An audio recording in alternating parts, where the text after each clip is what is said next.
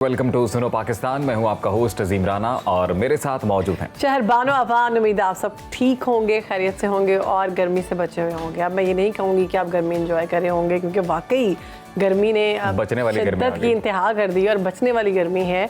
50-51 temperature भी अब cross कर गया है। अगर हम बात करें कराची की, सिंध की, तो वहाँ तो शिद्दत की गर्मी है। पंजाब में भी बहुत ज़्यादा गर्मी पड़ी है, जनूबी पंजाब के इलाके ज़्यादा गर्म है। तो इसी में अजीम मैं एक ऑब्जर्वेशन शेयर करना चाहती हूँ अपनी आप सबसे जो सुनने वाले हैं, कि हम एक अल्हम्दुलिल्लाह एसी में बैठ के बड़ी बड़ी बातें कर लेते हैं, बट ये आसान होती हैं। मैं कल देख रही थी कि हम जब घर जा रहे होते हैं उस वक्त शिद्दत की धूप होती है, तो लोग जो हैं वो धूप के अंदर बगैर किसी शेल्टर के काम कर रहे होते हैं, सिर्फ इसलिए कि अपने बच्चों के लिए उनका पेट पाल सकें, सिर्फ इसलिए कि ज़ाहिर है उनको पैसे चाहिए घर चलाने के लिए। और मैं देख रही थी कि एक बड़ी गाड़ी में से शख्स निकल के 10 रुपए के लिए एक रेडी वाले के साथ बार्गेनिंग कर रहा है, और वो धूप में, तपती धूप में फ्रूट बेच रहा है, और वो खड़ा है, लेकिन गाड़ी वाला कह रहा है कि नहीं 10 रुपए कम करो तो मुझे मैं तुमसे लूंगा। शहरबानो एक ट्रैफिक वार्डन ने गुजारिश की बिलखसूस एक सिग्नल पे, उन्होंने बाकायदा तौर पे नॉक किया। मैंने जब वो नीचे किया, उन्होंने एसी की जो ग्रिल होती है उसके आगे हाथ रखा, और फिर उसके बाद उन्होंने बोला कि जी आप बताइएगा जाके कि हम लोग किस टेम्परेचर में कहाँ पर खड़े होकर काम कर रहे होते हैं। तो ये वाकई जी जो लोग अपने रोज़गार के लिए इतनी मेहनत कर रहे होते हैं, धूप झेल रहे होते हैं, तो हमें उन्हें नहीं भूलना चाहिए, हमें उनको हेल्प आउट करना चाहिए जितना हम कर सकें। और ये बड़ा अच्छा आपने किया कि ट्रैफिक वार्डन्स भी अंदर शामिल कर दिए। बिल्कुल, वो धूप में खड़े रहते हैं, बहुत टफ जॉब है, और वो टफ जॉब, और वो सारे सिलसिले को देख रहे होते हैं कि किसी तरीके से कोई ट्रैफिक का निज़ाम दरहम बरहम ना हो। और मैं जो बात कर रही थी, मैं बात कर रही थी उन लोगों की जो हलाल रिस्क कमाने में, जो तंदूर वगैरह पे काम करते हैं, बारबेक्यू रात को लगा रहे होते हैं, दिन में तो धूप में चलो बाकी काम, रेडी बान भाइयों की बात करी थी। शाम में भी मैंने देखा कि जो लोग तंदूर में रोटियां बना रहे हैं, जो डिफरेंट काम कर रहे हैं, शेफ़ कर लें, जो छोटे छोटे ढाबों पर कुक लगे होते हैं, कोई बारबेक्यू की सीखों पे काम कर रहा है, तो कोई खाना बना रहा है। अस्तगफिरुल्लाह, शिद्दत की वहाँ पे गर्मी कि आप वहाँ पर 1 मिनट भी खड़े नहीं हो सकते। आप ऑर्डर देकर पीछे आ जाते हैं या अपनी गाड़ी में एसी में बैठ जाते हैं, लेकिन आप उनको भूल जाते हैं कि वो कितनी मेहनत के साथ और कितनी तकलीफ के साथ काम करें। तो सिर्फ एक गुजारिश है हम सब समेत, मुझ समेत, कि उन सब लोगों का ख़ास ख्याल रखें इस गर्मी में, कि जो बहुत मेहनत से पैसे कमा रहे हैं, 10 रुपये 20 रुपये छोड़ दिया करें उनको, बार्गेनिंग मत किया करें। और एक लाइन में मेरी भी गुजारिश, फिर हम आगे बढ़ते हैं बाकायदा तौर पर प्रोग्राम में, और वो ये कि जहाँ कहीं आपको ऐसी स्पेस मिले, ऐसी जगह मिले, वहाँ पर परिंदों के लिए कोई पानी या कोई इस तरह से जो दाना वगैरह आप रख सकें तो वो रखें, क्योंकि परिंदे भी, उनको भी पानी की बड़ी ज़रूरत होती है इस मौसम में।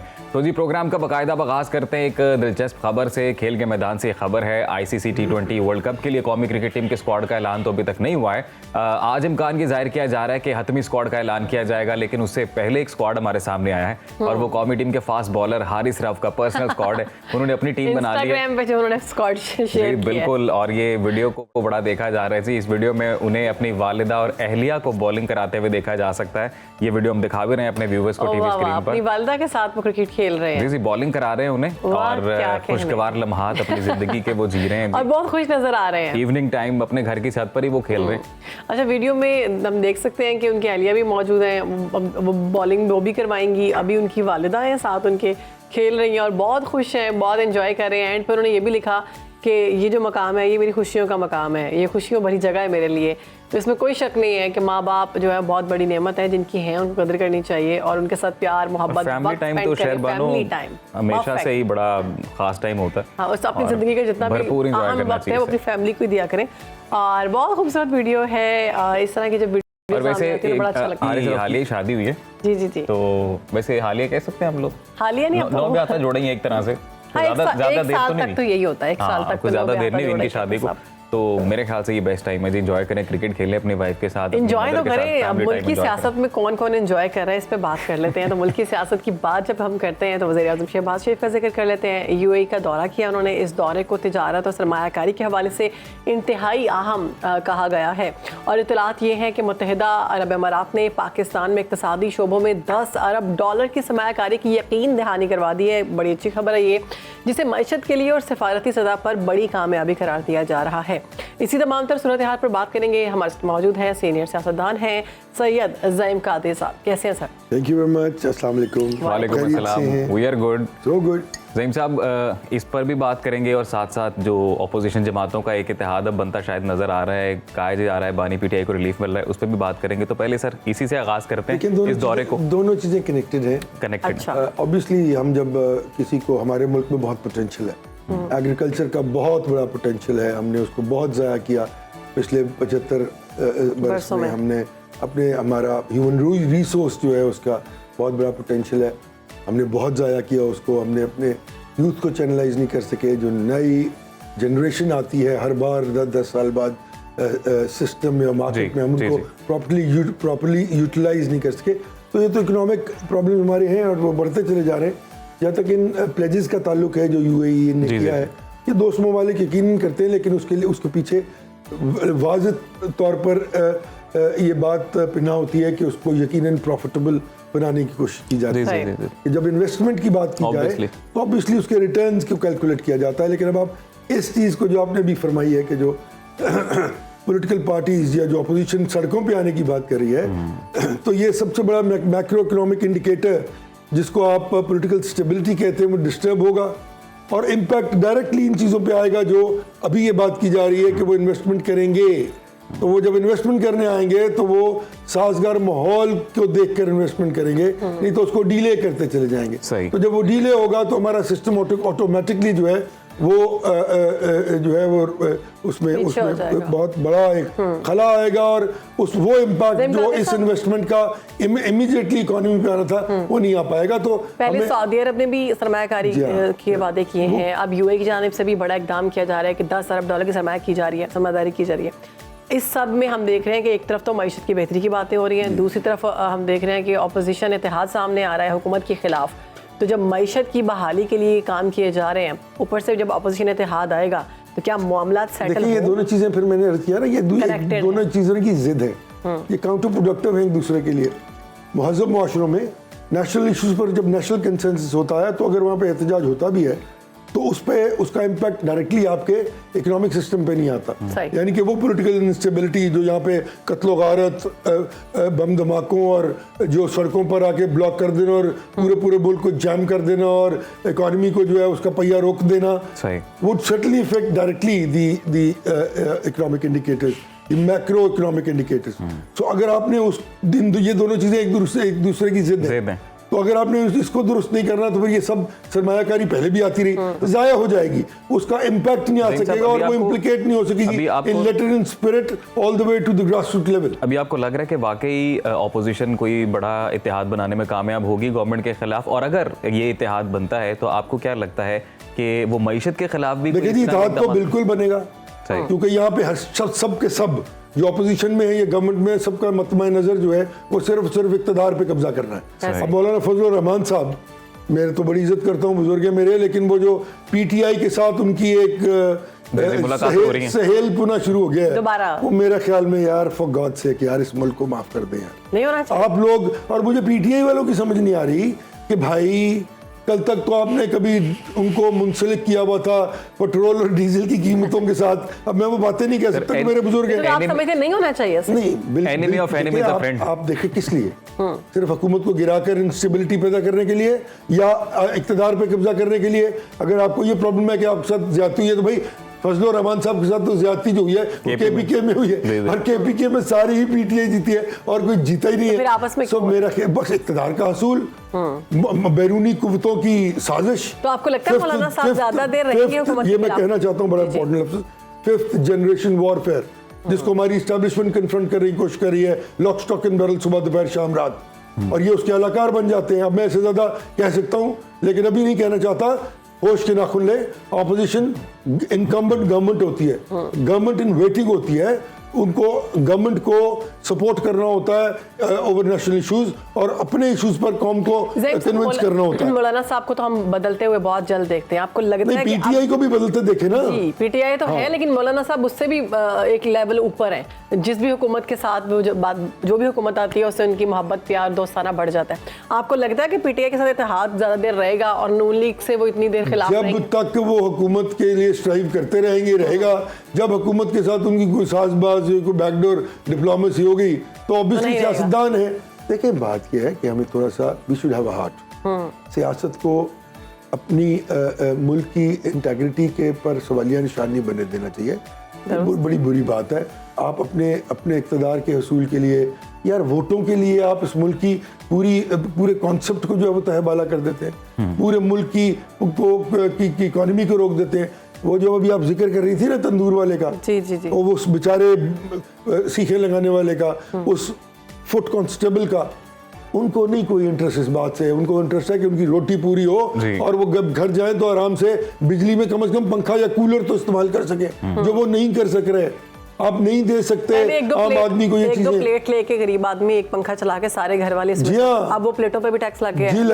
वो अभी नहीं लगा और वो कहाँ जा रहा है, वो नहीं लगना चाहिए, क्योंकि देखिए हमारी एनर्जी बास्केट जो है उसका मिक्स जो है वो बहुत खराब हो गया हुआ है। पूरी दुनिया में रिन्यूएबल अल्टरनेट एनर्जी और हाइडल का जो 30-40% हाइडल होती है, 25-30% 20% रिन्यूएबल होती है, और बाकी 20-30% जो है वो EIPPs और ये जो दूसरी होती है महंगी बिजली, यानी कि ऑयल और गैस और कोयले से बनी हुई बिजली। तो इस तरह के मिक्स के साथ चलते हैं लोग। हमारे यहाँ बिल्कुल अदर वे राउंड हो गया। हमने IPPs रखे हुए हैं जिनको हम कैपेसिटी पेमेंट करते हैं, वो नहीं भी चल रहे होते तो हम उनको पैसे दे रहे होते हैं। अभी मुल्क की मईशत की जो सिचुएशन है उसमें जब आपने IMF के अहदाफ को मीट करना है तो आपके 3 इंपॉर्टेंट सेक्टर्स हैं, service sector, agriculture sector and power sector. तो उसमें एग्रीकल्चर सेक्टर ने तो अब तक सपोर्ट दी है, उसकी भी सकत खत्म होते जा रही है। सर्विस सेक्टर की सिचुएशन सबके सामने है। पावर सेक्टर से ही तो फिर ये सारा देखिए ना, फिर ये तो फिर जुल्म है ना यार। ये तो जुल्म है कि जो तनख्वाहदार मुलाजिम है आपकी तनख्वाह से टैक्स कट जाता है। जी बिल्कुल, तो वो तो कैलकुलेटेड है, आपने तो दे दिया। जी बिल्कुल। वो जो दुकानदार भी है ना, वो भी अपने टैक्स का 10% दे रहा है, और जो खरबपति है वो भी अपने टैक्स फीसद का 10% ही दे रहा है। उनसे कोई सही टैक्स नहीं ले रहा। और वो जो फूड बेचारा रेडी वाला है जो वैगन में बैठ के मंडी से सौदा ला के रेडी पे बेचता है, वो भी टैक्स नेट में है, क्योंकि उसने पेट्रोल पे किराए की मद में टैक्स दे दिया है। वो माचिस खरीदता है, ऊपर 10 रुपए प्लस टैक्स लिखा हुआ है। तो पूरा पाकिस्तान तो टैक्स नेट में है। आप किस पर टैक्स नेट ब्रॉड करने की बात कर रहे हैं? आपको चाहिए कि आप वो लोग जो टैक्स चोरी कर रहे हैं, जो पूरा टैक्स नहीं दे रहे, उनसे टैक्स लें और उन पर। और नंबर 3, कोई टैक्स क्यों दे? क्या वो इम्यूनिटीज मांगते हैं लोग? क्या हाँ देखिए ना, कुछ बनता ना कौम का। कोई सड़क बन गई, कोई तालीम मिल रही, कोई हेल्थ मिल रही है, कोई लोगों को एनवायरनमेंट अच्छी मिल रही है, कोई law and order situation control में है, तो अब हुकूमत दे तो कुछ सकती नहीं। तो टैक्स कहने वाले, मैं तो नहीं कहता। ज़हीम साहब, लाइन लॉसेस, बिजली चोरी के जो इजाफी बिल है, वो जो बिल पे कर रहा है उसको जी, वो आपकी डिस्को जो है, आपका डिस्को जो है वो कैलकुलेट करता है कि इस महल्ले में 20 बंदे बिल दे रहे हैं, 40 नहीं दे रहे। वो जो दे रहे होते हैं वो 40 का बिल उसको डाल के लाइनमैन अपनी जान छुड़ा लेता कि मेरे तो पैसे पूरे हो गए जी, मैनू इन्नी 2000 यूनिट आया तो मैं 2000 यूनिट जो मैं सारा का सारा बिल करता गया। लोग यार। तो फिर पॉपुलर लीडरशिप जो है वो हल है इस मसले का, जिसको अवाम की हिमायत ज्यादा हासिल हो। फिर ये कॉन्सेप्ट अजीब है। अच्छा। पॉपुलर लीडरशिप आप जो है ना उसके अपने एटीट्यूड्स देख लेना सर। लोग कहते हैं कि हम जिस सियासतदान पे ट्रस्ट करते हैं हम फिर टैक्स देंगे ना, ताकि हमें पता है कि पैसा जो है वो सही इस्तेमाल हो। लोगों की मेरी कौम मेरी बड़ी प्यारी कौम है, बड़ी अक्लमंद कौम है, लेकिन मेरा नहीं ख्याल कि वो कैपेसिटी है कि वो सिर्फ नारों पे और गालियां देने पे एक दूसरे को ट्रस्ट करना शुरू कर दे। उनको देखना चाहिए कि वो किसको ट्रस्ट कर रहे हैं, क्या वो ट्राइड एंड टेस्टेड है, कौन सा इस वक्त लीडर है जो ट्राइड एंड टेस्टेड नहीं है। सही। They've all failed. They've all succumbed to democratic injuries, and they've brought this country to the lowest level of economic advantages. इन्होंने मुल्क तबाह कर दिया सारों ने मिलकर यार। They failed to deliver. और जब ये फेल टू डिलीवर करते हैं तो कोई नया अट्रैक्टिव नारा लाते हैं। मोस्टली उसमें पाकिस्तान की इस्टेब्लिशमेंट को गाली देना एक फैशन बन गया। उनको गाली देते हैं, लोगों को उनके खिलाफ करते हैं, अदलिया के खिलाफ करते हैं। इसका नुकसान स्टेट को होता है, बिल्कुल। इसका नुकसान रियासत पाकिस्तान को होता है, और जो कंट्रोल्स हैं स्टेट के वो वीक हो जाते हैं। फिर वो इशारा काटने वाले से लेके कत्ल करने वाले तक को पकड़ने में नाकाम हो जाते हैं। वक्त कम है, ये बड़ा सिस्टम है, सीधी बात है। 2 और 2 4 है। से नुक्ते पर जरा नजर डालिएगा। हद तक इज्जत जो बिल की मंजूरी की जा रही है, पीपल्स पार्टी ने तो राहें जुदा कर ली हैं। और आपको बताएं कि अली हैदर गिलानी कहते हैं कि बिल पर ना पूछा गया ना ही बताया गया। पंजाब में पीपल्स पार्टी की जानिब से जो उन्होंने कहा ये सारा कुछ जो किया गया है हम इसमें शामिल नहीं। ड्रामा कर रहे हैं। अच्छा। शामिल वो हर चीज में है। इस तरह नहीं होगा कि आप मीठा मीठा पेपर कड़वा कड़वा थू पीएससी की चेयरमैनशिप के लिए शामिल। आप हुकूमत तो एंजॉय करें, ठीक है ना जी, आप वोट भी दें और लेकिन सदर भी बाकी आप फैसलों में हम नहीं, और कॉन्स्टिट्यूशनल पोजीशन सारी आपके पास हो, जिसमें गवर्नर्स आपके हो, प्रेसिडेंट आपका हो, चेयरमैन सेनेट आपका हो, और आप कहेंगे हुकूमत में तो हम नहीं है, तो ये कौम, ये देखे ना कितनी बड़ी दोमली है। क्या कौम को माननी चाहिए बात उनकी, और कल को वो एक नारा लेके आ जाए और चल पड़े। मैं इस बिल के शदीद मुखालिफ हूँ, क्योंकि इसमें 14-15 ऐसे, लेकिन इसे कॉन्सेप्ट के बिल्कुल साथ हूँ, क्योंकि सोशल मीडिया पे जो हो रहा है इस मुल्क में, और जिस तरह नई जनरेशन की जो सोशल मॉरल वैल्यूज़ हैं उनको नुकसान पहुँच रहा है, मैं उसके शदीद मुखालिफ हूँ। लेकिन ये नहीं हो सकता कि आप राइट टू नो पर कदगन लगा दें और सहाफत पर आप कदगन लगाने चल पड़े हैं। आपने तो जाके उन लोगों को पकड़ना है जो रियासत के खिलाफ काम कर रहे हैं। अगर मेरे खिलाफ कोई खबर दे रहा है तो उसका ये राइट है कि वो मुझसे पूछ ले, हाँ ये ज़रूर करे, और मेरा ये राइट है कि मुझे वो जगह दी जाए जहाँ मैं बैठ के ये बता सकूँ कि ये मैंने ये नहीं किया, ये इस तरह है। अपना राइट है ना मेरा। अगर फंडामेंटल राइट आपका है राइट टू नो, तो मेरा भी है। अगर सड़क पार करना मेरा हक है, सड़क ब्लॉक करना आपका हक नहीं है भाई। ज़हीम साहब ट्रिब्यूनल बनेगा ना वहाँ पे, वो यार मजाक है ना, ट्रिब्यूनल में वही लोग बैठेंगे, आप रिटायर्ड लोगों को लाके बिठा देंगे, जो गवर्नमेंट कहेगी जिन्होंने वो बनाई होगी वो उसके हक में फैसले करते चले जाएंगे। 12-14 शिकें इसकी बिल्कुल फंडामेंटल राइट्स के खिलाफ है, उनको फिलफौर तब्दील किया जाना चाहिए। लेकिन बाकी के बिल के लिए सहाफ़ती तंजीमों को, सिविल सोसाइटी को, पढ़े लिखे लोगों को बैठ के एक जामे मुसवदा तैयार करना चाहिए जो इस मुल्क की सिमत दुरुस्त करने के लिए हमारी यूथ को सही बात का जो ओहदा दिया जा रहा है पीपल्स पार्टी को, पीएससी का जो ओहदा दिया जा रहा है पीपल्स पार्टी को, ये एहतसाब करेगी हुकूमत का? नहीं, देखिए बात ये कि पंजाब में तो खैर 2 PACs होती हैं, एक हुकूमत के पास होगी और एक यकीनन अपोजिशन के पास होती है। और अगर हुकूमत वाली पब्लिक अकाउंट कमेटी जो है वो चली जाती है पीपल्स पार्टी के पास, तो बिल्कुल उनको करना चाहिए ना। अगर कोई आदमी मुस्लिम लीग नून से भी हो और वो PAC का चेयरमैन बन जाए, खाकसार रहा है, मैंने तो कभी किसी की बात सुनी नहीं थी जी। मैं तो अपनी हुकूमत की भी बात नहीं सुनता था। खैर शायद ये वही जो वजह हुई कि मेरे से मोहब्बत बहुत बढ़ गई सबकी। लेकिन बात ये है, देखें, जब आपको एक ओहदा दिया जाता है ना, उस ओहदे के तकाज़ों को आपको पूरा करना है। सही। चाहे आपका अपना खानदान, अपनी पार्टी क्यों ना उसमें इन्वॉल्व हो, आप उसको डायरेक्टली कन्फ्रंट करें। क्योंकि क्या पार्टी मुल्क से बड़ी है? क्या लीडरशिप, ये क़यादतें, अल्लाह माफ़ करिए, क़यादत तो खैर मैं इनको मानता ही नहीं हूँ, ये तो जो है वो हालात की पैदावार है और मार्शल्लाओं की पैदावार लोग हैं, प्राइवेट लिमिटेड कंपनीज बना के बैठे हुए। क्या वो इस मुल्क से बने? क्या इस मुल्क का कोई भी लीडर इस मुल्क की इंटेग्रिटी से बड़ा है? बिल्कुल नहीं। नो। तो आप अपने हिस्से की क्षमा जलाएं और देखें, फिर अल्लाह ताला आपकी मदद करता है, और वो करता है। आप कम से कम अपना कॉन्शियस तो क्लियर है ना।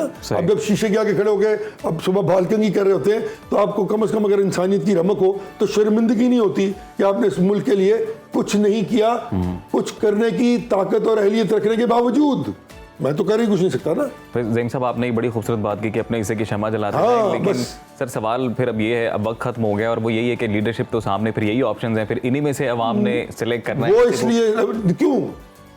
क्योंकि और कोई बंदा आता नहीं ना सामने। आते ना यार, हैं लोग, आएंगे, बड़ी दुनिया है। आप अपने इलाके के आदमी कितनी जल्दी आएंगे? देखिए, आप एक काम करें, आप जिस शख्स को वोट देने जा रहे हैं उसको सिर्फ इसलिए वोट न दें कि वो इमरान खान या नवाज शरीफ या जरदारी का नुमाइंदा है। उसकी अपनी अहमियत और इज्जत और तकरीम देखें। अगर वो ठीक आदमी है, जो भी उनमें से ठीक आदमी है, आप उसको वोट दे दें। सर 2 इलेक्शन आप करा दें इस कॉन्सेप्ट पे। पाकिस्तानी कौम बिरयानी के डब्बे के बगैर वोट दे दे, तो बात करें कि बरादरी के बगैर वोट दे दे, पैसों के बगैर वोट दे दे। 2-2 अरब रुपया लोगों का इलेक्शन में लगता है यार। 2-2 अरब रुपया वो किधर जाता है? वो पैसे लेके पूरी गली वोट दे देती है। 2 इलेक्शन अगर इस तरह हो जाए सही, तो वो फिल्टर जो डेमोक्रेसी का सबसे बड़ा हुस्न है वो इम्प्लीकेट हो जाएगा लेटर इन स्पिरिट में, और तीसरे इलेक्शन में आपको वो लोग मिलेंगे जो मौजूद है पाकिस्तानी कौम में। यार ज़हीम साहब बहुत शुक्रिया आपके वक्त का, आपने अपना तज्जिया दिया। नाज़रीन, अब मौसम की बात कर लेते हैं। इस वक्त पंजाब और सिंध के मैदानी इलाकों में खासी गर्मी है, हीट वेव बरकरार है। आइंदा 24 घंटों में भी शदीद गर्मी पड़ने की पेशगोई की जा रही है। सिंध के मुख्तलिफ इलाकों में दर्जा हरारत 51 सेंटीग्रेड तक बताया जा रहा है। मुल्तान में पारा 47 है, लाहौर 45, इस्लामाबाद 42, पेशावर 44। तो ये सूरत हाल है गर्मी की। कराची में 38 डिग्री है और 43 डिग्री जैसी गर्मी जो है वो कराची में महसूस हो रही है। तो ओवरऑल मौसम कैसा रहेगा, और स्पेशली जब ऐसी सिचुएशन में गैर एलानिया लोड शेडिंग भी की जाए तो मुश्किलात कितनी बढ़ती हैं, जान लेते हैं जी। हमारे साथ चीफ मेट्रोलॉजिस्ट सरदार सरफराज साहब मौजूद हैं। सरफराज साहब बहुत शुक्रिया आपके वक्त का। सिंध के मुख्तलिफ इलाकों में हमने देखा कि दर्जा हरारत जो है 51 डिग्री तक पहुँच गया। हीट वेव के दौरान पारा जो है मज़ीद कितना ऊपर जाएगा, क्या इम्कानात है? बहुत शुक्रिया। देखिए 50 तक पहुंचा है कल जैकोबाद में, और प्रिडिक्शन की जा रही थी कि 22 या 23 मई से लेकर 27-28 मई तक एटलीस्ट इसकी हीट वेव की दिन हो गए एक तरह से, जिसमें 50 और 50 से ऊपर भी जा सकते हैं। 50 तक तो पहुंच गया, लेकिन आजकल ये अब 2-3 दिन है, इसमें हो सकता है कि 50 चल जाए।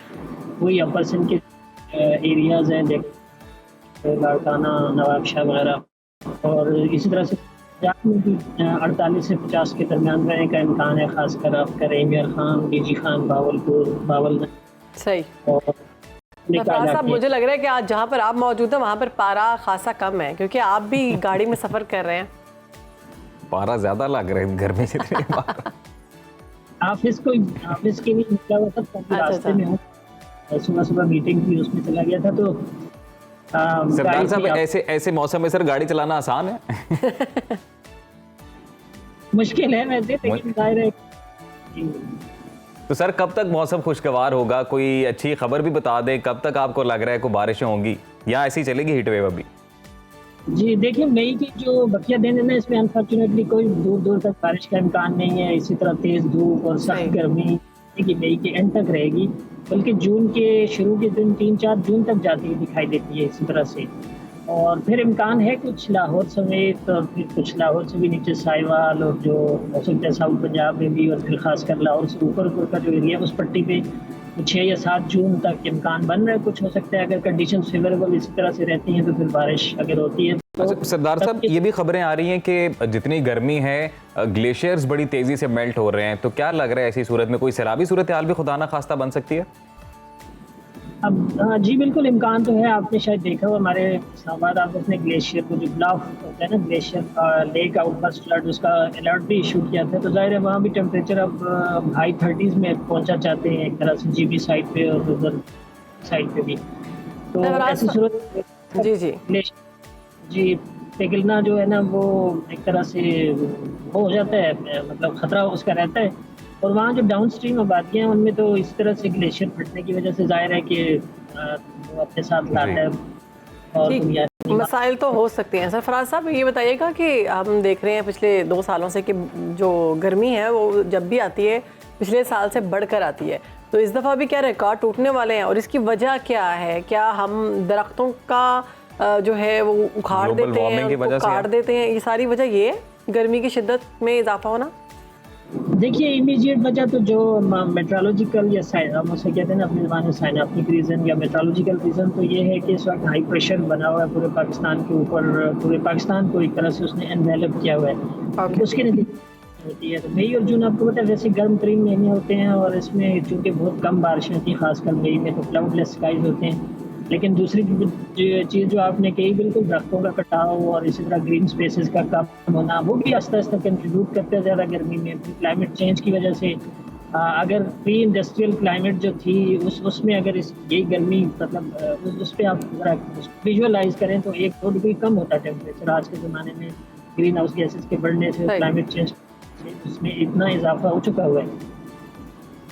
ठीक, बहुत शुक्रिया आपका सरदार सरफराज साहब, आपने सुनो पाकिस्तान को वक्त दिया और ओवरऑल मौसम की सिचुएशन जो है आइंदा आने वाले दिनों में जैसी रहने वाली है उस हवाले से बात कर रहे थे। जब बात करेंगे पाकिस्तान की टैलेंट की, तो जब टैलेंट का जिक्र आता है तो हीरोज़ की बात होती है। तो आज एक ऐसी हीरो से बनवाएंगे आपको, ऐसी शख्सियत हैं जिन्होंने अपना ही एक नई इन्वेंशन जो है सामने लाई है। ना सिर्फ आलमी सतह पर बल्कि इन्होंने अपनी सलाहियतों का लोहा हर जगह मनवा लिया है, बल्कि दुनिया भर में पाकिस्तान का नाम भी रोशन किया है। हम बात कर रहे हैं लाहौर से ताल्लुक़ रखने वाली अलीना नदीम की, जो अमरीकी बिजनेस मैगजीन फॉर्ब्स की अंडर 30 एशिया लिस्ट में शामिल हैं। और अलीना नदीम इन तलबा की मदद कर रही हैं जो माली मुश्किलात की वजह से कॉलेज के बाद आगे तालीम नहीं जारी रख सकते।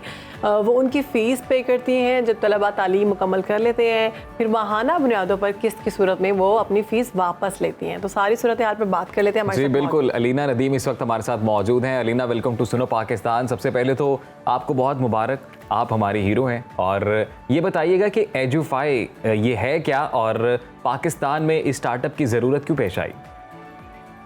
पाकिस्तान की लिटरेसी रेट को देखें, एडल्ट लिटरेसी रेट का हमारे जो सारे नेबरिंग मुल्क है उससे बहुत कम है।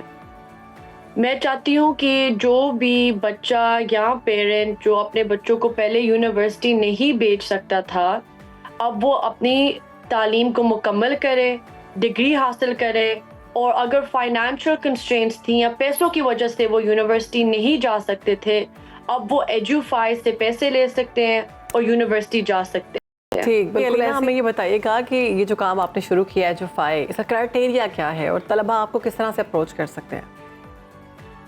ये जो अभी कंपनी है वो प्राइवेट है, फुली प्राइवेट। ओके। और हमने जो काम शुरू किया था पंजाब से शुरू किया था, जो सारी यूनिवर्सिटीज़ पंजाब में हैं, काफ़ी तक अब हमारे प्लेटफॉर्म पर आ गई हैं। अब हम एक्सपैंड कर रहे हैं, सिंध में एक्सपैंड कर रहे हैं, सियालकोट में हमारी यूनिवर्सिटीज़ हो गई हैं, इस्लामाबाद में हमारी यूनिवर्सिटीज़ हमारे प्लेटफॉर्म पर है, और हमारे अभी राउस्टर में है कि हम फैसलाबाद तक भी एक्सपैंड करें, but we are a fully private organisation. ठीक है, ये भी बताइएगा क्या ये सोलो इनिशिएटिव है या आप कुछ इदारों के साथ मिलकर काम कर रही हैं? अगर तो इदारों के साथ मिलकर काम कर रही हैं तो कुल कितने इदारे हैं जिनके साथ ये काम किया जा रहा है मिलकर? तो हम जो फंडिंग आती है हमारे लिए वो हम इन्वेस्टर्स से बाहर से लेके आते हैं। जो तालीम मैंने बाहर से हासिल की वो इस मुल्क के लिए बेहतरी के लिए बाहर से पैसे, और जो काम मैंने बाहर किया वो मैं इस मुल्क की बेहतरी के लिए अंदर लेके आने की कोशिश कर रही हूँ। पैसे बाहर से, फंडिंग जो इन्वेस्टर्स हैं बाहर के, मैं चाह रही हूँ कि वो एजुकेशन सेक्टर पाकिस्तान में इन्वेस्ट करें, हमारे मुल्क में इन्वेस्ट करें। मेरा ये यकीन है कि और माई बिलीव कि इस मुल्क को FDI फॉरेन डायरेक्ट इन्वेस्टमेंट की बहुत ज़रूरत है, और सबसे ज़्यादा ज़रूरत जो मुझे लगता है वो हमारे एजुकेशन सेक्टर को ज़रूरत है। और माई बिलीफ इज़ के एजुकेशन के बगैर ये मुल्क आगे नहीं चल सकता, तो हम ये फंडिंग बाहर से लेके इस एजुकेशन सेक्टर में डायरेक्ट करें। अभी तक we have raised $6.1 million, and inshallah if the program is successful, और students और parents को ये program अच्छा लगता है and it is useful, और उनको सहारा मिलता है इस प्रोग्राम से, तो इंशाल्लाह आई होप टू गेट। जी, हमारी जो अभी कंपनी है वो प्राइवेट है, फुली प्राइवेट, और हमने जो काम शुरू किया था पंजाब से शुरू किया था, जो सारी यूनिवर्सिटीज़ पंजाब में हैं, काफ़ी तक अब हमारे प्लेटफॉर्म पर आ गई हैं। अब हम एक्सपैंड कर रहे हैं, सिंध में एक्सपैंड कर रहे हैं, सियालकोट में हमारी यूनिवर्सिटीज़ हो गई हैं, इस्लामाबाद में हमारी यूनिवर्सिटीज़ हमारे प्लेटफॉर्म पर है, और हमारे अभी राउस्टर में है कि हम फैसलाबाद तक भी expand, but we are a fully private organisation. Very nice. अच्छा, हमें ये बताइएगा अलीना कि इस तरह के कामों की एक्नॉलेजमेंट बहुत ज़रूरी होती है, तो ये आप कैसे एक्नॉलेज करवा रही हैं, किस तरह से काम कर रही हैं, काम हो किस तरह से रहा है? एक्नॉलेजमेंट से ज़्यादा जैसे अब हम बात करें, मैं चाहती हूँ कि लोग पाकिस्तान में एजुफाई के बारे में जानें। अभी तक एजुफाई हमने अगले महीने ऐप रिलीज़ करे। मैं चाहती हूँ कि जो भी देख रहे हैं ये न्यूज़ चैनल, और या कोई भी मेरी आवाज़ किसी को पहुँच रही है, कि वो अपने हमसायों को बताए, अपने दोस्तों को बताए, और इस प्रोग्राम को उन लोगों को पहुँचाए जिनको इस प्रोग्राम की ज़रूरत है। सो एक्नॉलेजमेंट से ये होता है कि आपकी पब्लिसिटी होती है, आपके काम की पब्लिसिटी होती है, और काम में उसमें थोड़ा सा सक्सेस आ जाता है। लेकिन अपने मुस्तकबिल के गोल्स के बारे में भी बताएं। कि हम एजुफाई का मेन ऑब्जेक्टिव है कि पाकिस्तान की एडल्ट लिटरेसी रेट को इंक्रीज करें, फंड्स हम एजुकेशन सेक्टर के अंदर डालें, और जितनी यूनिवर्सिटीज़ हैं प्राइवेट सेक्टर में पाकिस्तान में, उनको हमारे प्लेटफॉर्म पर डालें सो दैट अगर कोई स्टूडेंट हमारी ऐप पर अप्लाई करे, हम उनको ना के ये ना हो कि हम उनको रिजेक्ट करने पड़े क्योंकि वो इस यूनिवर्सिटी में जा रहे हैं जो हमारे प्लेटफॉर्म में अभी नहीं है। सो हम उस प्रोबेबिलिटी को कम करना चाह रहे हैं by getting as many universities on our platform as possible. बस ये हमारे यही गोल्स है अभी तक। For the next year we are trying to market our programme. इस प्रोग्राम की कस्टमर्स से फीडबैक भी ले रहे हैं कि उनको क्या इस प्रोग्राम से सहारा मिला है, क्या उनका जो घर में तंगी आ रही थी फाइनेंसेस की वो बेहतरी आई है। तो हम फीडबैक स्टेज पर भी हैं। सो अगर कोई अभी तक जो भी कस्टमर्स और जो भी पेरेंट्स और स्टूडेंट्स ने एजुफाई को इस्तेमाल किया है, उनका पॉजिटिव ही फीडबैक आई हुई है और अभी तक हम उनके ताल्लुक में हैं और वो वापस भी आते हैं कि हम उनके दूसरे बच्चे भी एजुफाई से स्टडी नाउ पे लेटर प्लान पर आ जाएं। ठीक है, ज़बरदस्त। हमारी बेस्ट विशेज़ आपके साथ हैं अलीना। आप मज़ीद आगे बढ़ें और मज़ीद इसी तरह पाकिस्तान के यंगस्टर्स का, नौजवान नस्ल का, उनकी पढ़ाई के बारे में सोचें और इससे भी बेहतरीन जो है ना वो पैकेजेस सामने लेके आएँ कि किस तरह से लोग आपसे ले सकते हैं मदद और अपनी पढ़ाई को आगे कंटिन्यू कर सकते हैं। आपने वक्त दिया सुनो पाकिस्तान को, बहुत शुक्रिया आपका। ये इस तरह की तालीम को आगे बढ़ाने की इनिशिएटिव बहुत अच्छे हैं, बहुत ज़रूरी भी हैं और इसका एडवांटेज ये होता है कि जो लोग फाइनेंसिस की वजह से अगर तालीम हासिल नहीं कर पा रहे तो उनके लिए रास्ता हमवार हो जाता है। बहरहाल हमारे पास एक ऐसी खबर है जिसमें जानवरों के लिए रास्ता हमवार किया जा रहा है कि वो जहाज़ों में बैठ के सफ़र कर सकें। तो पालतू कुत्ते जनाब अब जहाज़ में लग्जरी सफ़र कर सकते हैं, ये आसान हो गया। कुत्तों के लिए खुसूसी फ़्लाइट्स मुतारिफ करा दी गई हैं और एयरलाइन में कुत्तों के लिए स्पा है, खिलौने हैं, दीगर सहूलियात भी इसमें मौजूद हैं और ये फ़्लाइट में बैक वक्त मौजूद है। और कहा यह जा रहा है जी कि 10 कुत्ते हैं वो एक फ़्लाइट में अपने मालिकान जो हैं वो अपने साथ लेकर जा सकते हैं। ये विजुअल्स भी देख सकते हैं कि जब बोर्डिंग हो रही, जब वो जहाज़ में सफ़र करने के लिए रेडी है, उनके लिए खाना सर्व किया जा रहा है और टिकट बड़ा ही मामूली रखा है इन्होंने। बैनुल-अक़वामी फ़्लाइट का 8,000 जबकि मकामी फ़्लाइट का टिकट 6,000 अमरीकी डॉलर। अच्छा, अमरीकी डॉलर है, ठीक है, बहुत मामूली है। सोशल मीडिया पर इस हवाले से वीडियो भी वायरल है और लोग इसको बड़ा हैरानी से इजहार कर रहे हैं कि ये अब क्या होगा, किस तरह से मैनेज होगा। कुत्ते भी साथ, इंसान भी साथ बैठे होंगे। जाहिर है जिसका तो पेट होता है वो तो उसको पता होता है, हो सकता है वो किसी से ट्रिगर भी कर सकता है। तो इस सारी सूरत में मैं फुल इंडोर्स कर रहा हूँ इसका, क्योंकि आपका अपना पेट है ना डॉग।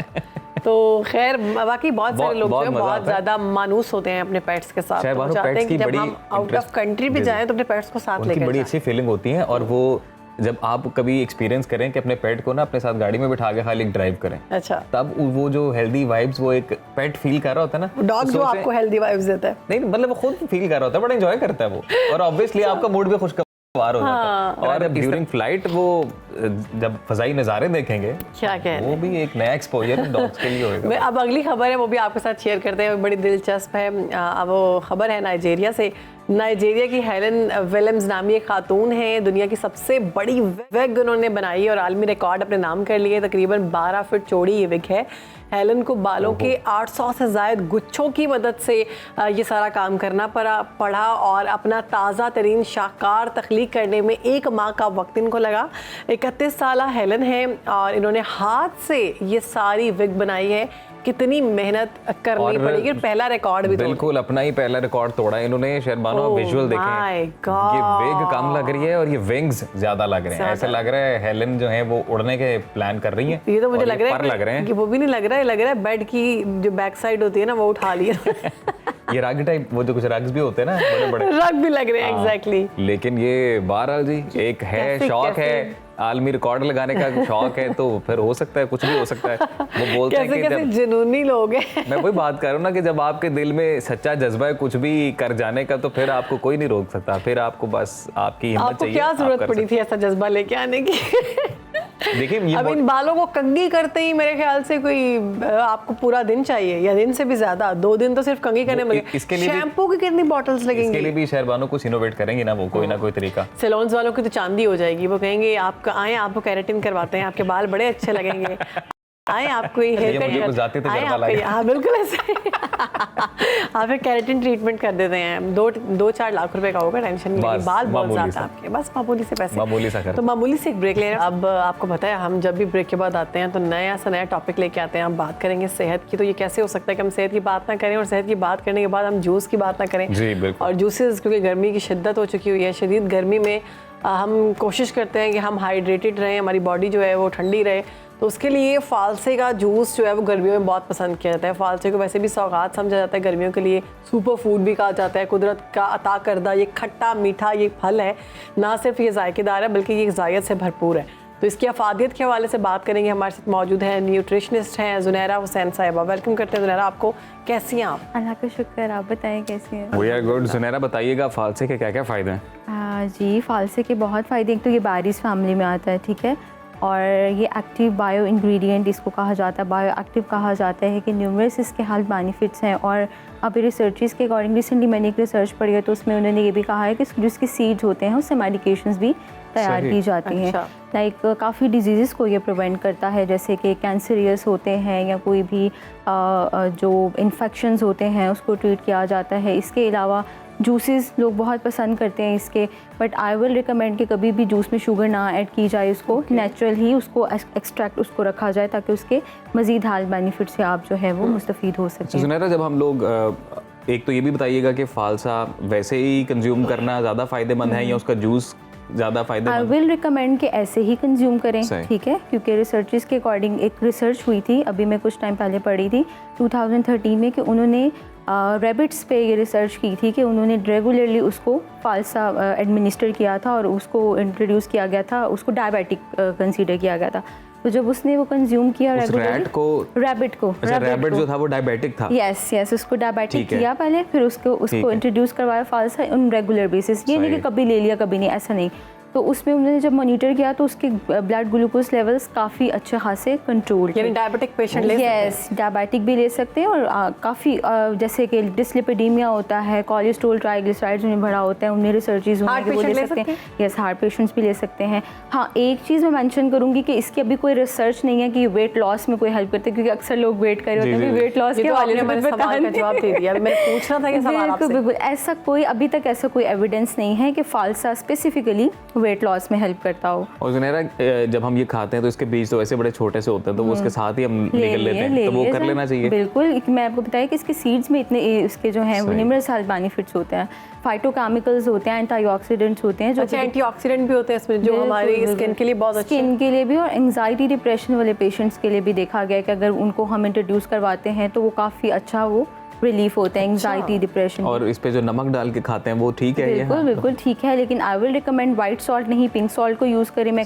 हमेशा अपने पेशेंट्स को कहती हूँ कि नमक छोड़ना नहीं है, बल्कि नमक को हमने रिप्लेस करना है, ठीक है, वाइट सॉल्ट से पिंक सॉल्ट, हिमालयन सॉल्ट की तरफ, ठीक है। कैंसर पेशेंट्स को इस्तेमाल कर सकते हैं? बिल्कुल कर सकते हैं। फाइटोकेमिकल्स हैं, मैं आपको पता एंटीऑक्सीडेंट्स हैं, तो वो फिर कैंसर पेशेंट्स भी ले सकते हैं। अच्छा, कुछ लोगों को ना ये जूस पीने के बाद उनका सोर थ्रॉट हो जाता है, गले में बहुत तकलीफ होती है। बिल्कुल, और बच्चों के ज़्यादातर इसीलिए नहीं खिलाते कि गला खराब होता है। मैं इसलिए कहती हूँ कि जूस में ना ज़्यादा वो एक्सट्रैक्ट आ जाता है, तो अगर आप ऐसे ही कंज्यूम कर लें तो that will be better, I guess. So मैं ये रिकमेंड करती हूँ कि फ्रूट जूस के अलावा एक फ्रूट ले लिया जाए। सही, यानी जूस ना लें, आप उसको फ्रूट ले लें। बिल्कुल, लेकिन अब गर्मी है ना, देखें डिहाइड्रेशन हो जाती है, बार बार हमें पानी का होता है, तो फिर जाहिर सी बात है लोग कहते हैं हम जूस लेंगे तो हमें ज़रा तसल्ली होगी, सो बट विदाउट शुगर। अच्छा सुनहरा, ये बताइएगा कि एक तो इसका जूस जो है वो ज़्यादातर फिजी ड्रिंक्स ऐड करके ज़्यादातर लोग बनाते हैं, बिल्कुल तो ये बनाना चाहिए या सादा पानी? अच्छा, अभी हमारे रेस्टोरेंट से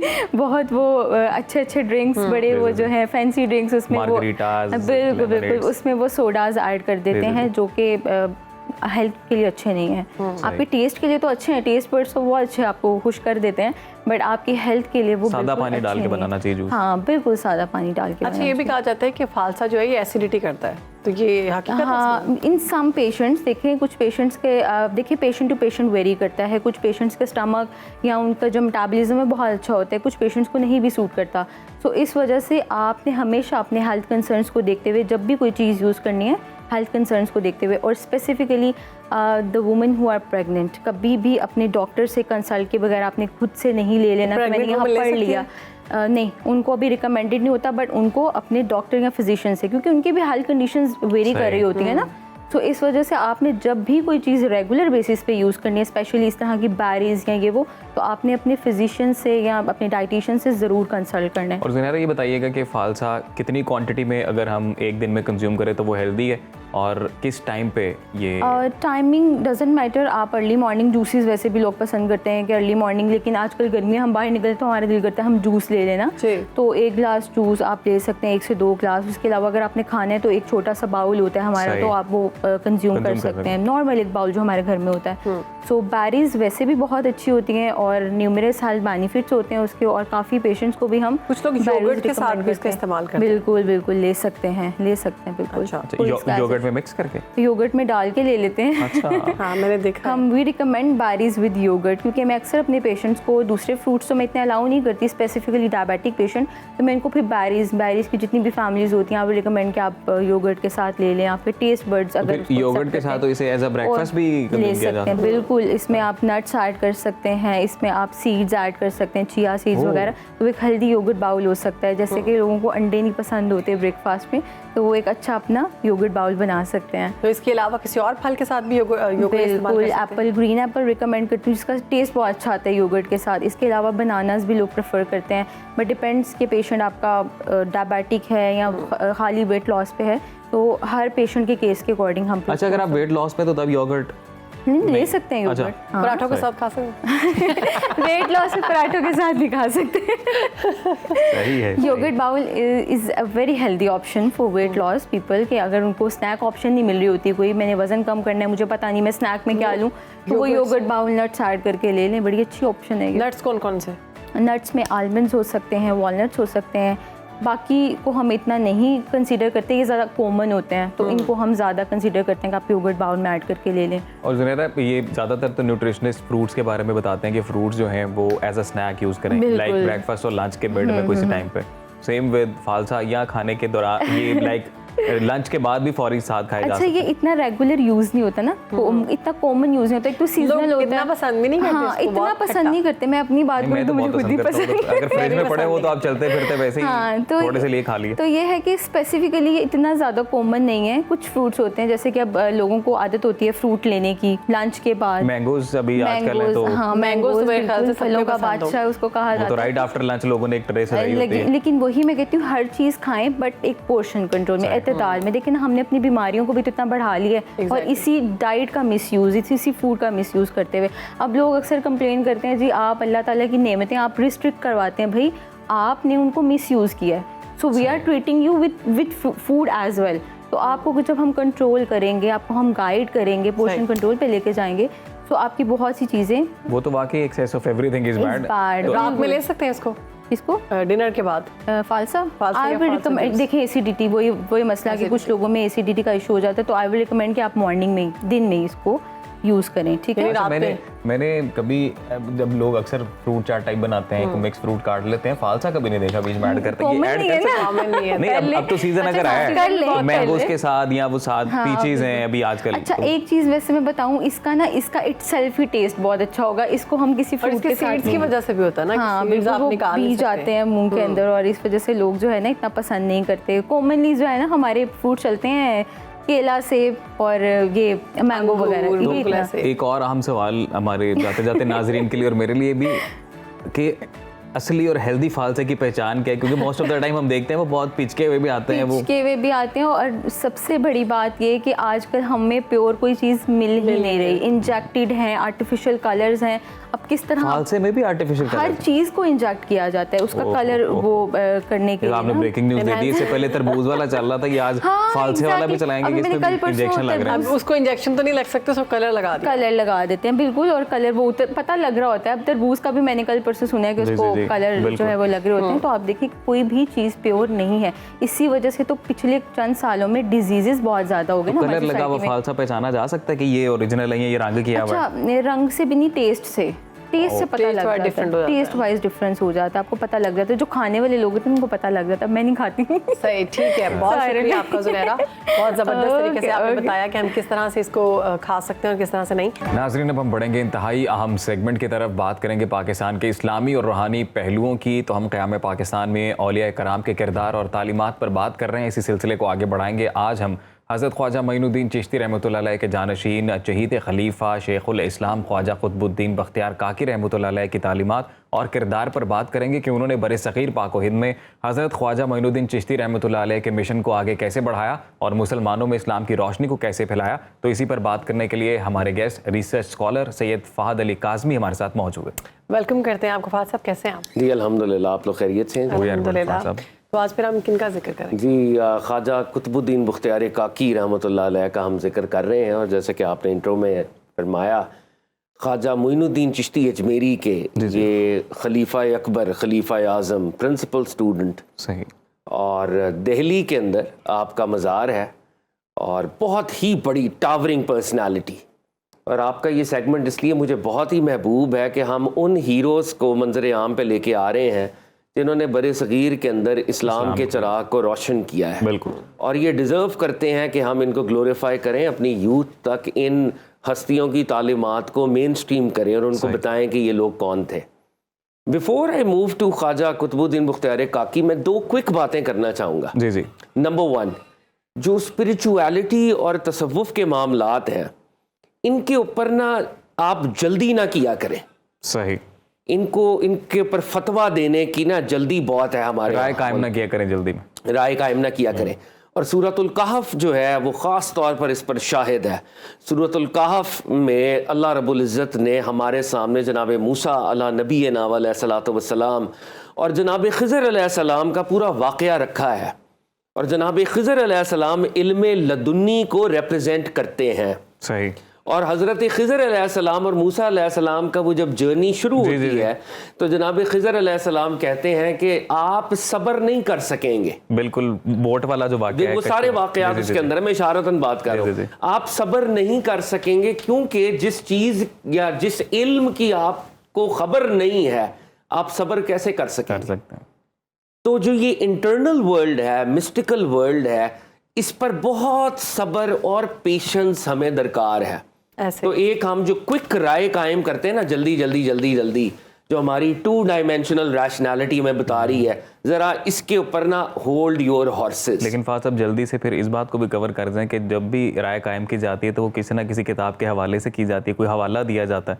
जी ऑफ कोर्स, वो किताबों के ऊपर हवाला दिया जाता है। और मैं, अगर आपने बात करी दी है तो आजकल इस किताब के ऊपर बहुत ज़्यादा लोग बात करते हैं। हश्त बहिश्त के अंदर ये लिखा हुआ है और ये देखेंगे क्या हो गया। एक बात अंडरस्टैंड करें, हमारे बहुत से सैनिटरी वर्कर्स शायद अंडरस्टैंड नहीं करते और एक मनाजिराना सोच है पूरे मुल्क के अंदर। हम we are not students, we are not तालिब इल्म जो कि ट्रू सीकर्स हों। हम मनाजिर बने हुए हैं और हर चीज़ को डिमीन करना हमारा बेस्ट जो है मशगला है। किसी भी किताब को, ये हमारे उलमा ऑलरेडी 1200-1300 साल पहले कह चुके हैं कि कुरान के अलावा दुनिया की कोई किताब ऐसी नहीं है जो एज इट इज मौजूद हो। कुरान के अलावा अल्लाह ने किसी किताब की हिफाजत का जिम्मा नहीं लिया। तो जब भी कोई किताब या इबारत आपके सामने पेश की जाएगी, वो कुरान और सुन्नत के तराजू में तुलेगी। जनाब इमाम अबू हनीफा से मंसूब ये कौल, इमाम जाफर सादिक से मंसूब ये कौल मौजूद है। आपने फरमाया अगर मेरे से मंसूब कोई सेइंग आप तक पहुंचे और वो कुरान से टकराता हो, सुन्नत से टकराता हो, उसे दीवार पे दे मारे, क्योंकि वो मैं कह ही नहीं सकता। ये हिडन मैसेज है। बिल्कुल। तो जब भी कोई किताब आपके सामने आएगी तो किताब का टेक्सचुअल एनालिसिस किया जाता है। सही। किताब का कंटेंट एनालिसिस किया जाता है। ये किताब बिल्कुल सही 99.9% ऑफ द टाइम्स क्या बात करती है? नमाज पढ़नी है, अल्लाह की तौहीद ऐसे कायम होती है, तवक्कल इल्लाह। मैंने 99.9% कुरान और सुन्नत के ताबे इबारतें ऑडियंस को नहीं बताई। मैंने इसमें से इल्हाकात बताए, अमेंडमेंट्स बताई, फैब्रिकेशंस बताई जो कि इन पर्सनालिटी के कैरेक्टर से मैच ही नहीं करती थी। सही। तो आपके अंदर हुस्ने जन नहीं था। एक जर्रा हुस्ने जन होता तो आप अपने हीरोज को ग्लोरीफाई करते, खुद कहते कि भाई बाइबल में अगर ट्रिनिटी लिखी हुई है तो जनाब ईसा ट्रिनिटी के लिए स्टैंड नहीं करते। Exactly. It is a fabrication.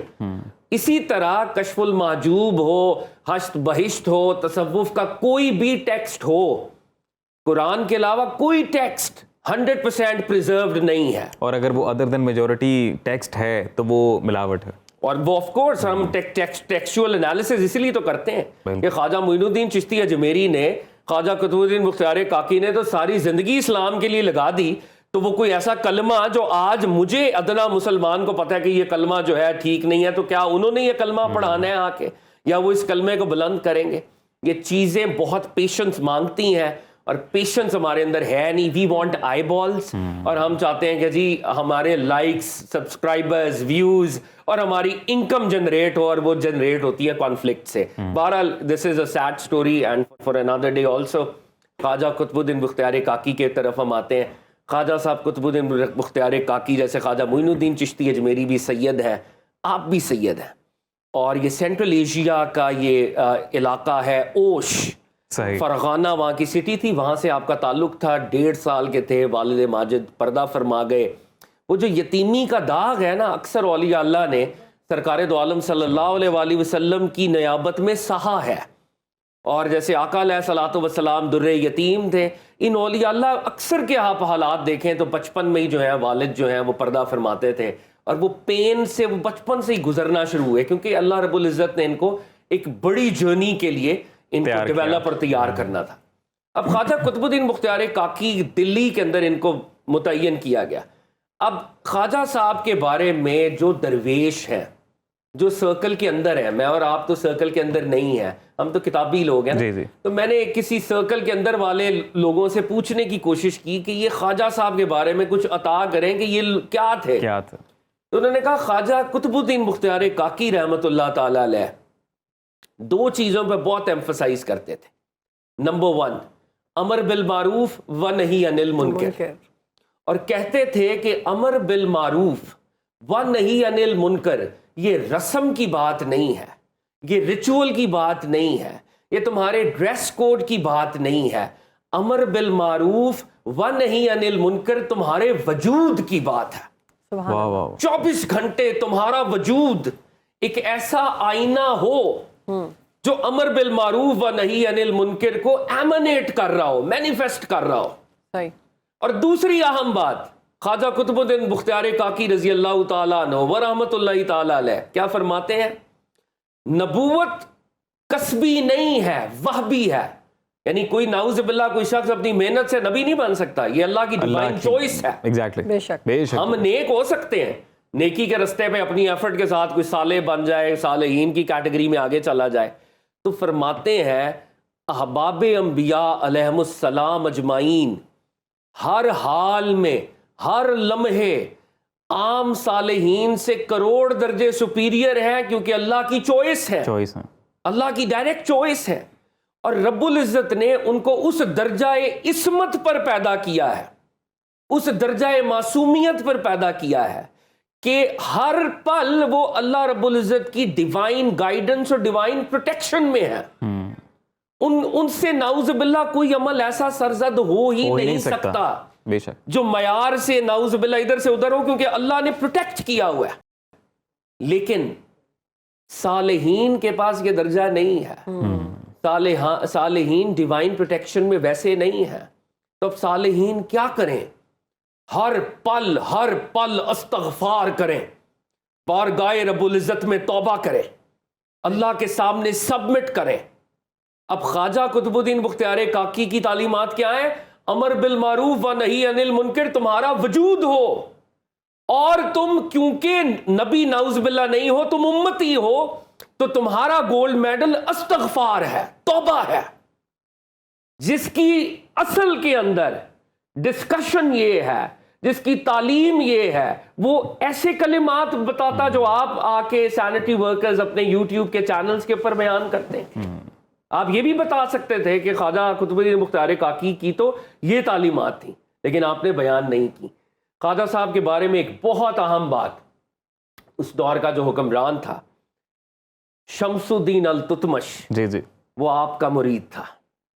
और शमसुद्दीन अल तुतमश वो जो ख़ानदान गुलामा है, हम अक्सर ये देखें, ये जो इस्लाम फैला है इसके पीछे इन हस्तियों की प्रीचिंग है, इन हस्तियों की तबलीग है।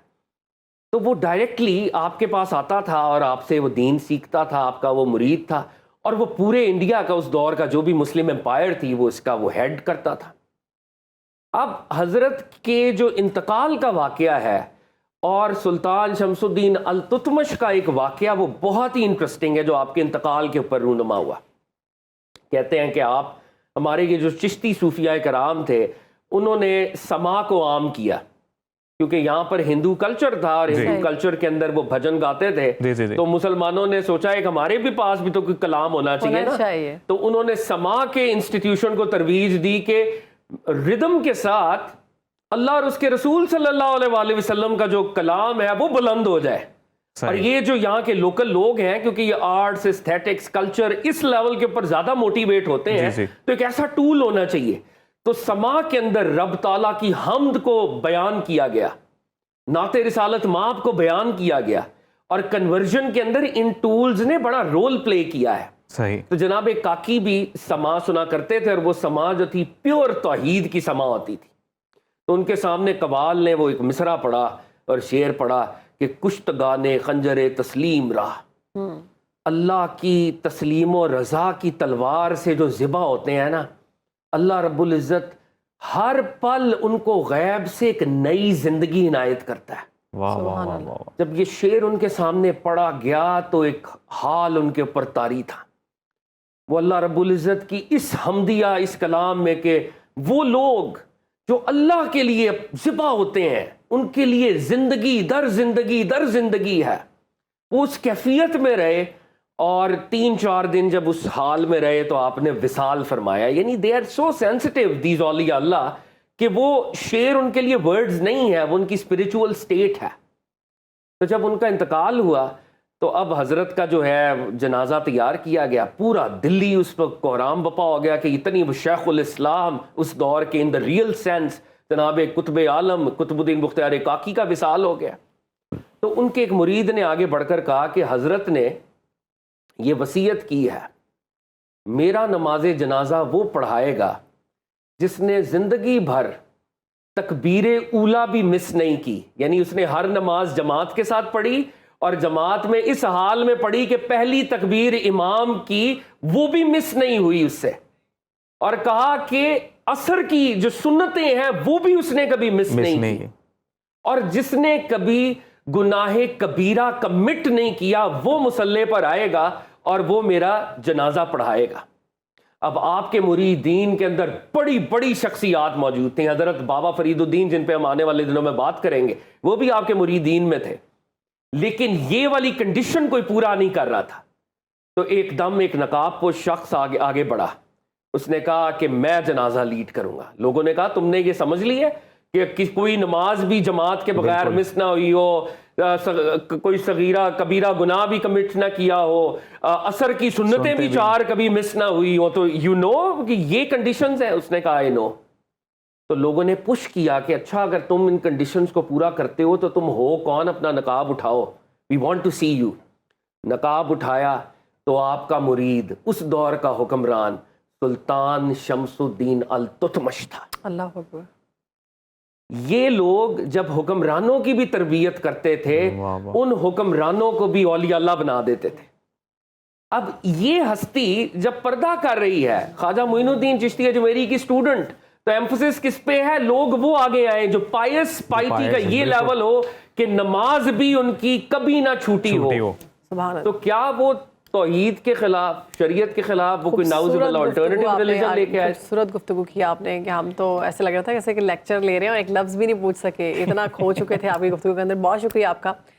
एक ब्रेक ले रहे हैं, इन हस्तियों के नक्शे कदम पर चलने का शरफ अता आमीन। एक ब्रेक ले रहे हैं, उसके बाद हाजिर होंगे। आपने कहीं जाना नहीं, देखते रहिए सुनो Pakistan. Welcome back after the break. हम इंतहाई सोशल इशू जो है उस पर बात कर रहे हैं। मियाँ बीवी की ज़िंदगी एक दूसरे के लिए खुली किताब की तरह होती है और दोनों के दरमियान बड़े खुशगवार ताल्लुकात होते हैं और यही ताल्लुकात कामयाबी की बुनियाद भी होते हैं। मगर मियाँ बीवी की इनफरादी प्राइवेसी को अहमियत जो है वो दी जानी चाहिए, वो कितनी दी जानी चाहिए, प्राइवेसी होती क्या है, तो इस सारी सूरत हाल पर बात करेंगे। एक्सपर्ट राय लेते हैं। हमारे साथ हमारी बड़ी ख़ास मेहमान और एक बड़े अरसे बाद आज इनसे मुलाकात हो रही है, सादिया वाइन साहब, रिलेशनशिप कोच भी हैं। सादिया वाइन साहब, आपको वेलकम करते हैं आफ्टर सो लॉन्ग। बहुत अरसे के बाद आपने हमें वक्त दे ही दिया। तो ये मसाइल बहुत बड़े हैं, तो हमने कहा कि आपको बुलाया जाए, बताया जाए क्या करना है, कैसी हैं आप?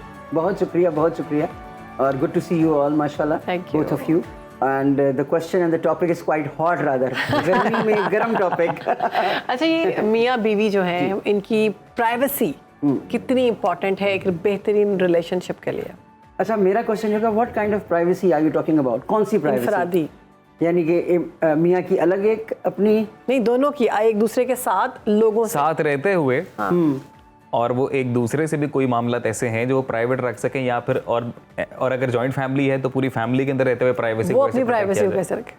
जॉइंट फैमिली सिस्टम मेरी अभी एक रील चली है जिसमें मैंने कहा बम्बार्डमेंट है मेरे लिए। वो इसलिए कि जॉइंट फैमिली सिस्टम में अगर आपने अपनी प्राइवेसी रखनी है तो उसका आंसर होगा कैपिटल नो। कब रखेंगे, कैसे रखेंगे, वो मुमकिन ही नहीं है, क्योंकि वहाँ पे तो माशाल्लाह हर एक ने अपनी राय देनी होगी और बोलना भी होगा और एक्सप्रेशन भी चेहरे का देना होगा। मियाँ बीवी एक ऐसा इंस्टीट्यूट है, एक इतना खूबसूरत रिश्ता है जिसकी जो खूबसूरती है वो आजकल काफ़ी कम हो गई है because of so many reasons. बहुत सारे, जैसे जैसे हम हालात में आगे चले जाते हैं और नॉलेज में और विजडम में अपनी तरफ से बहुत इजाफा करते हैं, उसमें हमारी जो प्रिवेसी है, मियाँ बीवी का जो आपस का एक खूबसूरत रिश्ता है, वो कहीं खोसा गया है। इट इज़ जस्ट अ रिश्ता, हाँ भाई ये मेरा भी है, हाँ ये मेरी बीवी है, what the hell, nothing else. प्यार, मोहब्बत, एहसास, कशिश कुछ भी नहीं। कुछ भी नहीं, कशिश क्या, वो तो आपस में बैठ के उनकी कम्युनिकेशन ही नहीं होती। Mobile hardly get time. Mobile, अब जैसे प्राइवेसी है तो मोबाइल एक ऐसा गंदा रोल प्ले करता है दोनों के बीच में दैट इट इज़ हेल। अगर कोई कहे कि जी मैं तो फ़ोन पे बात करता हूँ और मेरी बीवी जो है मुझ पर शक करती है, क्वाइट कॉमन। मेरे ख्याल के मुताबिक ये तो बिल्कुल होगा। अगर दो शख्स बैठे हैं जिन्हें मियाँ बीवी कहा जा रहा है और वो हर चीज़ शेयर करने की कोशिश करते हैं या इसका प्रचार करते हैं कि हम दोनों बड़े वेल कम्युनिकेटेड हैं और हम एक दूसरे का ख्याल रखते हैं, तो फिर फ़ोन बेल के ऊपर एक का कमरा छोड़ के दूसरे में चले जाना, what does it show? It's not good. I will never like it. मैं कभी भी इस बात को नहीं कहूँगी कि आप गए क्यों, एक्सक्यूज़ मी, यहाँ बैठ के बात करें। हाँ, अगर आपके बच्चे हैं और वो डिस्टर्ब हो रहा है तो आप कह के जाएंगे एक्सक्यूज़ मी मेरे फ्रेंड का फ़ोन है, मैं अभी आया। आप इशारा कर देंगे, आप इशारा कर देंगे कि मैं अभी, चलो आंखों से इशारा कर दो, क्योंकि बीवी है तुम्हारी, इशारे तो कर सकते हो ना। तो वो ये भी नहीं करेंगे और चले जाएंगे, तो फिर शक कैसे नहीं होगा? She will not like it, who will like it? Nobody. क्योंकि इसका मतलब ये हुआ कि जो आदमी है वो अपना सेल फोन उठा के ये शो कर रहा है कि हेलो मैं तो कुछ भी कर सकता हूँ, तो फिर बीवी क्या करेगी, कब तक?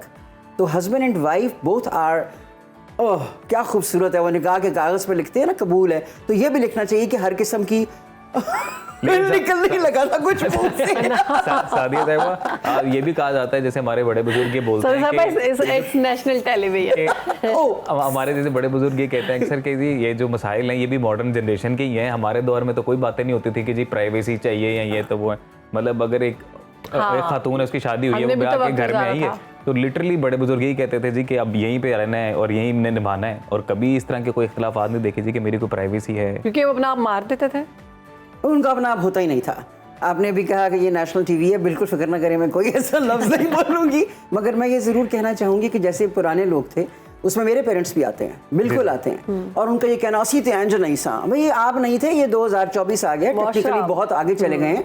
आजकल के छोटे छोटे बच्चों को ऐसी बातों की इन्फॉर्मेशन है जो हमको बीए में तक नहीं थी। अच्छा, वो ये हमें शर्मीले बड़े होते थे, अब तो खैर केड़ी शर्म रह गई। तो उसके बीच में वो जो हमारे बुजुर्गान हैं ना घरों वाले, उनको चाहिए कि वो ये जुमला और ये राग अलापना बंद कर दें कि हम तो ऐसे नहीं करते थे, हमारा मियाँ तो 200 रुपए कमा के लाता था, वी वर सो हैप्पी। सादिया साहब, हमारा दीन भी ये कहता है कि अपने बच्चों को जो तरबियत है ना वो अपने मुताबिक मत करो, क्योंकि वो तुम्हारे दौर में पैदा नहीं हुए, उनकी तरबियत उनके दौर के मुताबिक करो, क्योंकि उन्होंने उससे मुकाबला करना है। बिल्कुल ऐसा ही है, मैं आपकी बात ये बिल्कुल मानूंगी, इसलिए मानूंगी क्योंकि जब अगर हम अपने आप को अपडेटेड नहीं रखेंगे और अपने बच्चों को उस काबिल नहीं बनाएंगे कि वो दुनिया का मुकाबला कर सकें, तो वो फिर किसी कोने में बैठ के रो रहे होंगे कि आपने तो हमें कुछ सिखाया नहीं। And the child has the right to say that. लेकिन सादिया साहिबा, दीन तो फिर ये भी कहते हैं ना कि आप सब्र से काम ले, तवक्कल रखें, वो भी तो कहीं पे भी नहीं है ना। अब जैसे जो आप बात कर रही थी कि हमारे बड़े ये कहते थे कि जी अगर कोई खातून ये बोलती है जी कि मेरा खामन तो 200 कमाता है तो मैं तो उसमें भी गुजारा करती थी, तो I think it's a right example. अब एक बंदा है वो नहीं पूरा कर पा रहा है या मेहनत कर रहा है, आजकल जिस तरह फ्रस्ट्रेशन है, तो फिर तो एंजाइटी बढ़ेगी, स्ट्रेस बढ़ेगी जी, फिर तो इस तरह के मामला बढ़ेंगे। अगर वो 200 रुपए कमा के सारा कुछ लेकर आता था ना, तब ये इकोनॉमी जो आपकी इकोनॉमी है वो इस तरह की नहीं थी कि एक शख्स जो है अब आलू भी नहीं खरीद सकता। आजकल तो खैर आलू की भी सेल लग गई इसलिए कम हो गए हैं, अदरवाइज वो भी नहीं खरीदे जा सकते। जो कहा जाता था it's the very easy sort of vegetable और हर कोई उसको इस्तेमाल कर सकता है, तो उस दौर में 200 रुपए की कोई अहमियत नहीं रह जाएगी, अब लाखों पर बात जाएगी और जो बेचारा अर्निंग हैंड है उसको बहुत मेहनत करनी पड़ेगी। ऐसे में बीवी को चाहिए कि वो अपने शौहर का बहुत ज़्यादा ख्याल रखे, ज़रूरत से ज़्यादा, कि यार वो कमा के लाता है, वाओ हाउ ग्रेट, और उसको दिमाग ही जिसे सुकून कहते हैं वो ज़रूर मुहैया करे। लेकिन हस्बैंड का मतलब हरगिज़ ये नहीं है कि वो उस प्राइवेसी को या वो अपनी बीवी को उस जगह पे रखे कि ये कौन है भाई, घर में रहो, बच्चों को पालो। साहब, मुझे थोड़ी सी कन्फ्यूजन है, मैं ये चाह रहा हूँ आसानी के लिए, हमारे नाजरीन के लिए भी और हमारे लिए भी, कि हम आसानी से समझ सकें। बेसिक मैं चाहता हूं कि कोई हम किस स्केल पे ये जज कर सकते हैं कि प्राइवेसी है क्या, मियाँ बीवी के बीच में ऐसी क्या चीज़ें हैं कि जिनमें इस प्राइवेसी के एलिमेंट को डिस्कस किया जाए। मैं तो समझूंगी बहुत बड़ा रिलेशन है, बहुत बड़ा, कि मियाँ बीवी में क्या प्राइवेसी होनी चाहिए, किस लिए होनी चाहिए, सही, और क्यों होनी चाहिए। The wife is suppose to be gentle जब मियाँ मौजूद है, ठीक है, सही है। जैसे आप कह रहे हैं ना, दीन ये कहता है, मैं दीन को इसलिए ज़्यादा डिस्कस नहीं करती, वो कहते हैं लो जी आप तो अन्य मॉडर्न है, दीन डिस्कस कर रहे हैं, लेकिन वो ये भी कहता है कि अगर तुम्हारा शौहर घर पर है तो तुमने बिल्कुल खूबसूरत नाजुक हसीना बन के दिखाना है उसको, और अगर शौहर नहीं है तो फिर तुमने बदतमीज़ बनना है उसकी गैर मौजूदगी में। नॉट फॉर द फैमिली, घरेलू माँ बाप के साथ नहीं, लेकिन दुनिया के सामने तुमने कहना हेलो मुझे बात ना करना, मुझसे ओवर ना होना। तो वो जो एक आइडेंटिटी एक औरत लेके चलेगी उसमें उसकी ट्रेनिंग ज़रूरी है। तो प्राइवेसी कैसी रह जाएगी? प्राइवेसी आपको पता है कब खराब होगी? मैं नहीं मानती कि दोनों में कोई प्राइवेसी होनी चाहिए। सही, देखिए यही एक्चुअली में सवाल था। हाँ, नहीं होनी चाहिए। बुनियादी मुद्दा ये था कि मियाँ बीवी में भी कोई प्राइवेसी होती है या नहीं? हो नहीं सकती। देखिए बच्चा एक उम्र तक तो अपनी माँ के साथ सोता है, जागता है, व्हाटएवर, उसके बाद उसका रिलेशनशिप माँ के साथ बिल्कुल और होता है और बीवी के साथ बिल्कुल और होता है। उसका लिबास है, दोनों मियाँ बीवी एक दूसरे का लिबास है, माँ लिबास नहीं है। माँ के तो पैरों के नीचे जन्नत है, लेकिन जो बीवी का मकाम आ गया वो तो फिर जब लिबास है तो फिर प्राइवेसी कौन सी रह गई? तो नो प्राइवेसी। हाँ ये जरूर है, जिसे आप चल बड़ा वो एक जुमला बोला जाता है मी टाइम, जिसमें मैं बिल्कुल बिलीव नहीं करती। क्या लगता है मुझे ये लफ्ज़ मी टाइम क्या me time? No me time. आप ये कहें कि